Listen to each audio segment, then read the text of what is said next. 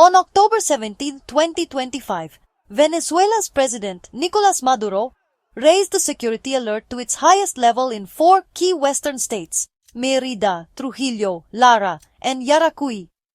These agricultural and strategic regions were suddenly transformed into focal points of national defense, with military and security forces flooding the streets. The move was a direct response to what the government called escalating U.S. aggression, particularly increased American military activity in the Caribbean. Maduro framed the alert as a demonstration of resolve, mobilizing both the military and civilian society to defend national sovereignty. This was not an isolated event. Just a day earlier, 11 other states had already been placed under maximum security. The capital, Caracas, and Miranda were next in line, signaling a nationwide effort to fortify against perceived threats. For Venezuelans, the heightened alert meant daily life was upended by checkpoints and patrols, a constant reminder of looming conflict. Internationally, the announcement underscored the deepening rift between Venezuela and the U.S., with the government viewing American naval presence as a direct provocation. Raising the alert was both a defensive maneuver and a political statement. Venezuela would not be intimidated, and unity was essential to protect its sovereignty. The heightened alert was anchored by Operation Independence 200, a sweeping military exercise across the western states. This operation mobilized the Bolivarian National Armed Forces, troops, armored vehicles, and air assets, testing their readiness for any external aggression. The drills emphasized rapid response, border surveillance, and the protection of critical infrastructure. A key feature was the integration of regular military units with civilian defense groups, reflecting Venezuela's doctrine of a nation in arms. Local communities and the Bolivarian militia were actively involved, blurring the line between civilian and soldier. The message was clear. Any hostile force would face not just an army, but a mobilized population. Operation Independence 200 was a calculated display of strength, intended to deter intervention and project national resolve. The western states became a stage for Venezuela's defiance, signaling to the world that it was prepared for any threat.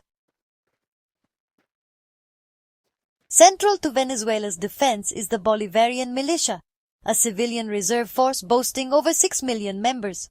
In the October 2025 alert, the militia's role was front and center, tasked with guarding infrastructure, gathering intelligence, and supporting the regular army. The doctrine of a people in arms means civilians receive basic military training, ready to resist any invasion. Their activation under Operation Independence 200 symbolized total national mobilization. Maduro's call for unity was a direct order for the militia to prepare, sending a message that any invader would face widespread resistance. Critics argue the militia is more about political control than military effectiveness, but the government presents it as the ultimate expression of popular sovereignty. The sheer size of the force is meant to deter intervention, making occupation costly and chaotic for any adversary. In this high-stakes moment, the militia stood as a formidable element of Venezuela's defense. Whether tool of unity or control, the militia's presence was a clear signal. The nation was ready to fight for its survival. The immediate trigger for Venezuela's security alert was the U.S. authorizing CIA operations inside the country, confirmed by President Trump in his second term. While the U.S. claimed these were anti-narcotics missions, Caracas saw them as acts of aggression and violations of sovereignty. Reports revealed the CIA's covert campaign had expanded, possibly including deadly strikes, intensifying fears of regime change. Simultaneously, the U.S. Navy increased its presence in the Caribbean, deploying warships near Venezuela's coast. Officially, these were counter-narcotics operations, but Venezuela viewed them as military intimidation and a potential prelude to blockade. The combination of covert CIA actions and overt naval deployments created a sense of imminent threat in Caracas. This perceived two-pronged strategy, secret operations and visible force, drove Maduro to place the nation on maximum alert. The U.S. frames its actions as part of a global fight against drug trafficking, accusing Maduro and top officials of running the so-called Cartel of the Suns. Indictments and massive bounties on Venezuelan leaders are used to delegitimize the government and justify military deployments. The U.S. also points to violent gangs like Tren de Aragua as evidence of Venezuela's lawlessness and regional threat. Naval deployments are presented as necessary police actions to intercept drug shipments and contain criminal networks. This law enforcement narrative provides cover for aggressive moves, recasting military posturing as counter-narcotics operations. For the American public and allies, the fight against cartels is a familiar cause, shaping international perceptions. By repeating this narrative, Washington seeks to justify its pressure campaign as a righteous crusade against a criminal regime. Caracas rejects the U.S. narrative, calling drug trafficking accusations a pretext for regime change and foreign intervention. Venezuelan officials argue the Cartel of the Suns is a U.S. fabrication, designed to justify aggression and control Venezuela's oil. They cite a long history of U.S. interventions in Latin America, including failed plots like Operation Gedeon, as evidence of ongoing destabilization efforts. The government claims real anti-drug cooperation is ignored, while U.S. actions focus on sanctions and military threats. For Maduro, the U.S. naval presence is not about drugs, but gunboat diplomacy and economic coercion. The struggle, he insists, is for national survival against a superpower seeking to impose its will. Mobilization of military and civilians is framed as a necessary act of self-preservation.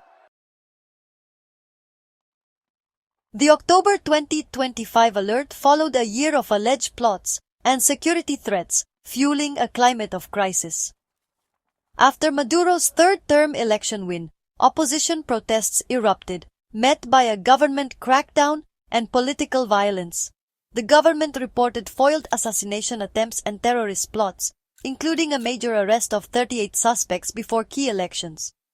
Authorities claimed these plots targeted embassies, hospitals, and infrastructure to disrupt voting and destabilize the country. Opposition leaders and Colombian actors were blamed, with flights from Colombia suspended as a precaution. These incidents justified the government's tight security grip and ongoing military mobilization. Supporters see proof of an unconventional war waged by foreign-backed enemies. Critics, however, view the threats as exaggerated, used to suppress dissent and maintain emergency powers.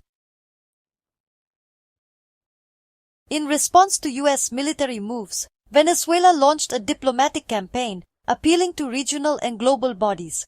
Maduro's government called on Latin American states and the UN to condemn U.S. actions and demand withdrawal of military assets from the Caribbean. Allies like Cuba, Russia, and China backed Venezuela, denouncing U.S. interference and calling for respect of sovereignty. These alliances provided Caracas with crucial diplomatic support, preventing isolation. Meanwhile, the U.S. and its allies maintained that pressure on Maduro was necessary to restore democracy and human rights. The result was a diplomatic stalemate, with calls for dialogue competing against demands for more pressure. International bodies remained divided, leaving the region in a state of high alert and uncertainty. The crisis became a test of global principles, sovereignty versus intervention.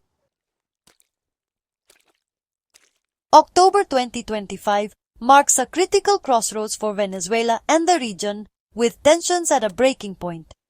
The risk of miscalculation, at sea or on land, could quickly escalate into open conflict. Both sides are entrenched in their narratives, leaving little room for diplomatic resolution. U.S. sanctions continue to cripple Venezuela's economy, deepening the humanitarian crisis and political polarization.